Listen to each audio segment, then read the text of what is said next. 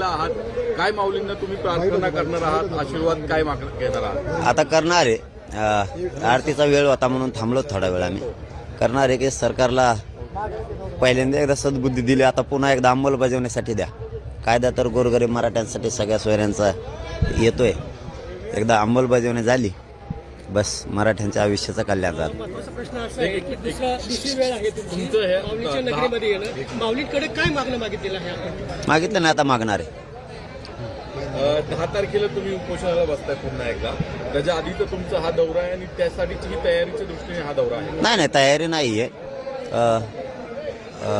आप्पासाहेब पवार म्हणजे शशिकांत आप्पा पवार यांचं प्रथम पुण्यस्मरण आहे, ते दुःखाचा दिवस आहे, त्यामुळं मुंबईला जातोय.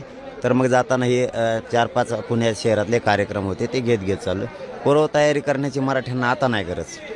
दादा, एकंदर मुंबईत जाऊन आपण जर बैठक देखील घेणार आहात, वकिलांसोबत चर्चा देखील करणार आहात, कुठेही बैठक असणार आहे, किती वकील असणार आहेत, याच्यामध्ये काय नेमकी चर्चा करणार? ठिकाण नाही कळलं मला आणखी. त्यांचं पण तशाच 7 बैठका आहेत, आयोजकासह संयोजकाच्या, स्वयंसेवकांच्या, वकील बांधवांच्या हायकोर्टातल्या, आणि कार्यक्रम पण तो पुण्यस्मरणाचा आहे. असे एकूण 7 बैठका दिवसभरात. यामध्ये काय चर्चा करणार आहात? नाही, ते उद्या सांगतो तुम्हाला, आज अगोदरच सांगून बरोबर नाही. उद्याच्याला सविस्तर सांगतो. आणि तुम्हाला काय लपून ठेवत नाही मी पहिल्यापासूनच, आजच नाही, 5 महिन्यात मीडियाच्या बांधवांना काहीच लपून ठेवलेलं नाही. वकिलांसोबत तुम्ही बैठक घेताय, त्यामध्ये सगळे सोयरे या विषयावरती काही चर्चा होण्याची शक्यता आहे का? वकिलांबरोबर याविषयी काही बोलणार आहात का? राज्य सरकारने एकंदरीत तुम्हाला गेल्या काही दिवसांमध्ये जी आश्वासनं दिली ती पाळली नाही असंही एकंदरीत बोललं जाते, त्यामुळे तुम्ही परत पुन्हा एकदा उपोषणाला बसलाय असंही बोललं जाते. त्यामुळे या विषयांवरती वकिलांबरोबर चर्चा करणार आहात का? सगळ्या सोयऱ्यांबद्दलची एका विषयावर चर्चा होऊन आणखीन 4-5 विषय त्या विषयावर सुद्धा होणार आहे. पण ते काय होणार आहे मात्र उद्या स्पष्ट करतो. आणि त्यांनी आश्वासनं दिलेत त्यासाठी तर बसतोय, परंतु जो सगळ्या सोयऱ्यांचा कायदा पारित, जे अध्यादेश आधी सूचना निघाल्या त्याची अंमलबजावणी होणं गरजेचं आहे, यासाठी उपोषणाला बसतो. आणि मराठवाड्याचं गॅजेटही घेणं गरजेचं आहे, तेही त्यांनी घेतो म्हणले होते. त्या संदर्भात सुद्धा 10 तारखेला उपोषणाला बसतो. उल्लेख केला की आजच तातडीने कॅबिनेटची बैठक बोलवण्यात आली, अर्थात सोमवारी, जी मंगळवारी बुधवारी इतर असते. काय या बैठकीबद्दल तुम्हाला पहिलेच माहिती होती का? नव्हती, पण काय बोलणं झालं हे कळू दिलं नाही आम्हाला पण. परंतु आतून चर्चा आहे की विषय तोच होता 15 तारखेच्या अधिवेशनाच्या संदर्भातला आणि सगळ्या सोयऱ्यांच्या. पण बाहेरून कळाले, त्यामुळे त्याला अधिकृत पुष्टी करणं बरोबर नाही, किमान मी तरी. परंतु बाहेरून तुमच्या शब्दानुसार सूत्राकडून मिळालेली माहिती आहे. जो अध्यादेश काढलेला आहे त्याला काही संघटनांनी हायकोर्टामध्ये, उच्च न्यायालयामध्ये आव्हान दिलेलं आहे. तुमच्या वतीनं तुम्ही त्यामध्ये हायकोर्टामध्ये बाजू मांडणार आहे किंवा याचिका दाखल करणार आहे, प्रतिवाद करणार आहे? आमच्या बाजूनं पण केल्यात. सरकारची सुद्धा जबाबदारी आहे, कॅवेट दाखल करणं, तिथं ॲडव्होकेट जनरल उभा करणं ही सरकारची सुद्धा जबाबदारी. कारण 2001च्या कायद्यामध्ये दुरुस्ती होती म्हणल्याच्या नंतर सरकारची जास्तीची जबाबदारी आणि सरकार ती पार पडेल. आता 16 तारखेची मुदत दिलेली आहे, 16 तारखेचा अध्यादेश तुमच्याच हातात दिलेला होता सरकारने, तरी पण तुम्ही 10 तारखेला उपोषण सुरू करताय, काय कारण आहे त्यामध्ये? एखाद्या कायद्यात जर दुरुस्ती करायची असली किंवा नवीन कायद्याचा जर शासन निर्णय करायचा असला तर हे 2 फरक वेगळे आहेत. त्यामुळे तुम्हाला 2001च्या कायद्यात दुरुस्ती करायची, तुम्हाला 10 तारखेपासूनच ती प्रक्रिया सुरू करावी लागणार आहे. म्हणून आम्ही अगोदरच सावध झालो, कारण आम्ही विश्वासावर कधीच आंदोलन केलं नाही 5 महिन्यात आणि करणार पण नाही. बेसावध राहायचं नाही म्हणून हे उपोषण सुरू आहे. पण 6 दिवसांचा अवधी आहे, 16 तारखेनंतर पण काही 2-4 दिवस थांबणं तुम्ही अपेक्षित होतं, तर तुम्ही खूप आधी उपोषण सुरू करताय असं वाटत नाही का? सरकार 10 पासून जी तयारी सुरू व्हायला पाहिजे होती ती काय तयारी आहे? काय नाही, मग आता आम्ही अधिवेशन होऊन गेलं, उपोषण करून काय करावं? कारण पुन्हा विशेष अधिवेशन बोलवणं ही साधी सोपी गोष्ट नाही आहे ना, प्रक्रिया सुद्धा त्याच्यात करण्याची. 15ला अधिवेशन आहे, नंतर बसवणं म्हणजे माहीत असून सुद्धा समाजाला फसवणं असं होतंय. त्यामुळे नंतर बसून काय करू, अगोदरच त्याची अंमलबजावणी झाली पाहिजे. गॅजेट घ्यायचे हैदराबाद संस्थांचं, बॉम्बे गव्हर्नमेंटचं, सातारा संस्थांचं, तर ते शिंदे समितीकडे येणं आवश्यक आहे अगोदर. कारण पहिले ते शासक होते, आता हे शासक आहेत. कारण त्याला शासकीय दर्जा द्यायचा असेल तर ते समितीकडे जाणं गरजेचं आहे. त्यामुळे ही प्रक्रिया 10 पासूनच त्यांना करणं गरजेचं आहे. आमच्यासाठी समाजाला जर खरंच मोठं करायचं, न्याय द्यायचा, तर आमच्यासाठी सुद्धा 10 तारीख योग्य आहे. मुख्यमंत्री सीमेवर आले, तुम्हाला या ठिकाणी जीवन पत्र दिलं, तुमच्याशी बोलले, भाषण सुद्धा दिलं. तरी तुम्हाला विश्वास नाही का मुख्यमंत्र्यांवर? आता देतीलच ते तुम्हाला या, म्हणजे त्यांनी सांगितलं होतं की हे विशेष अधिवेशन त्यासाठीच बोलवण्यात आलं. पण प्रक्रिया जी सुरू व्हायला पाहिजे होती ती दिसत नाही. शिंदे समिती काय करते 23 डिसेंबरपासून माहीत नाही. केशच्या बाबतचा विषय काय झाला अंतरवलीसह महाराष्ट्रातला माहीत नाही. ओबीसीच्या सवलतीचा अध्यादेश काढलाय, त्या दिवशी शासन निर्णय केलाय, परंतु अंमलबजावणीसाठी खाली शिक्षण विभागाला पाठवलं का माहीत नाही. मग ह्या ज्या प्रक्रियात एकूण तुम्ही मागासवर्ग आयोगाचा 2 तारखेला अहवाल आलाय तुमच्याकडं, तुम्ही तो सादर करायला लावलाय, तो सरकारनं स्वीकारलाय का, न्यायालयासमोर मांडलाय का, पुढची तारीख दिली का, याबद्दल माहिती नाहीये. म्हणून 10 तारीख आम्हाला घेणं आवश्यक आहे. आणि अंमलबजावणी आमच्या सगळ्यात महत्त्वाचा विषय तो आहे की सगळ्या सोयऱ्यांच्या अधिसूचनेचे कायद्यात रूपांतर 15 तारखेला होऊन त्याची अंमलबजावणी होणं गरजेचं, तरच मराठा समाजाच्या लेकरांचं कल्याण होणार आहे. अल्टिमेटम तुम्ही दिलेलं आहे मुख्यमंत्र्यांचे, मुख्यमंत्री कार्यालयातून कोणी तुमच्याशी संपर्क साधताय का? तुम्हाला आंदोलन करू नका यासाठी काय म्हणलं जातंय का? जे काही शब्द दिलेला आहे ते पाळलं जाईल? नाही, फोन पिन काय नाही, नेटवर्क जाम आहे वाटतं त्यांचं. अजून फोन नाही, नेटवर्क जाम आहे वाटतं. मुख्यमंत्र्याला कल्पना नाही तुम्ही बसणार आहे परत कदाचित? नाही, असं कोणालाच माहीत नाही, असं नाही ना. आपल्या माध्यमातून दिलेली माहिती महाराष्ट्रातल्या घराघरात माहिती, तर सरकारला सुद्धा माहिती, पण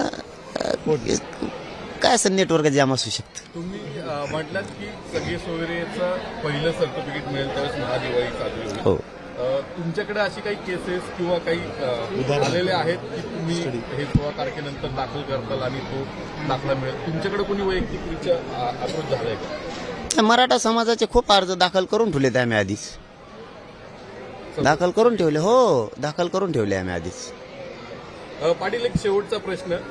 तुम्ही आंदोलक आहात, मराठा समाजासाठी मोठं आंदोलन उभारलं, पण तुम्ही एक सामान्य मतदार देखील आहात. आज निवडणूक आयोगाचा एक निकाल आलेला आहे. राष्ट्रवादी काँग्रेस पक्ष नाव आणि चिन्ह काढा हे अजित पवारांना दिलेलं आहे. शरद पवारांना वेगळं नाव आणि वेगळं चिन्ह घ्यायला सांगितलेलं आहे. एक सामान्य मतदार म्हणून काय तुमची भूमिका आहे, काय भावना आहे? नाही, ते राजकारणाच्या विषयात मी जात नाही, मला कळत नाही, त्या जत्रात नकोच आम्हाला. मतदार पण आहात तुम्ही? नाही, मतदार जरी असलो तरी ते वेळेवरचा विषय. आज एक ज्वलंत मराठा समाजाच्या गोरगरिबांच्या लेकराचा प्रश्न आहे आणि त्या राजकारणातले आपल्याला काही ते आडी कळत नाही. त्यात डावं टाकायला लागते, जणू खाऊ घालावं लागतं लय लोकाला, असं म्हणते. त्यामुळे ते आपलं ते लफडं जमायचं नाही. आपलं सामाजिक कार्य त्याच्यातून आपण समाजाचं कल्याण कसं करता येईल याच्यासाठी आपण मरमर करायला जितकी करता येईल चिकाटीनं तितकी करायची. आपल्या जीवाची बाजी लावायची आणि गोरगरिबाला न्याय द्यायचा. फक्त जातीवाद होऊ द्यायचा नाही. या दोन्ही कसरती आम्हालाच मराठ्यांनाच म्हणजे आंदोलक म्हणून आम्हालाच करायच्यात. ओबीसी बांधवात आणि मराठा बांधवात वाद नाही झाले पाहिजे, ही कसरत आमचीच आहे. आणि गोरगरिबांना जीवाची बाजी लावून न्याय मिळाला पाहिजे, ही पण कसरत आमचीच आहे. कोणी काही का करेना, किती का वाद लावेना, कोणी कोणाच्या का हजामती करा म्हणणार, पण आम्ही मात्र आमच्यात वाद नाही होऊ देणार. आम्ही प्रेमानं दोघं राहणार. एकेका छगन भुजबळ म्हणतात की 12 बंडखोर माझ्यासोबत आहे, मात्र तुम्हाला त्यांनी आवाहन केलं की जरांगे पाटलांनी ग्रामपंचायत निवडणूक लढून दाखव. त्याला सांगितलं बाबा मी तुम्हाला नको आधी लागू आणखीन तरी. तो म्हणला होता ओबीसी जाऊन देणार नाहीत, गेलो 2.25 कोटी मराठे आत गेले. आता सगळ्या सोयऱ्यांचा अध्यादेश आलाय, तो आणखीन तरी गप बस. आणि 12 बलुतेदार तू सगळं पहिल्यापासून नाहीत, 12 बलुतेदार सगळे लोक मला भेटलेत की हा मला खाऊ देत नाही. एक बी राज्यात असे घटना दाखवा की ओबीसीचं कल्याण झालंय म्हणून. 12 बलुतेदाराचा आमचा वेगळा प्रवर्ग करा, आम्ही त्यांच्या पाठीशी उभं राहिलो, वेगळा प्रवर्ग करा म्हणून. आता त्याच 12 बलुतेदारांना उपाशी मारण्याची भाषा करायला लागलाय. मागितली नाही बांधवाची माफी त्यानं, खरंच ओबीसी नेता येतं माग मोठ्या मनानं माफी. आणि तू जर मागणार नसाल तर त्याचा अर्थ असा होतो की तू जाणून बुजून अपमान केला त्यांचा, जाणून बुजून.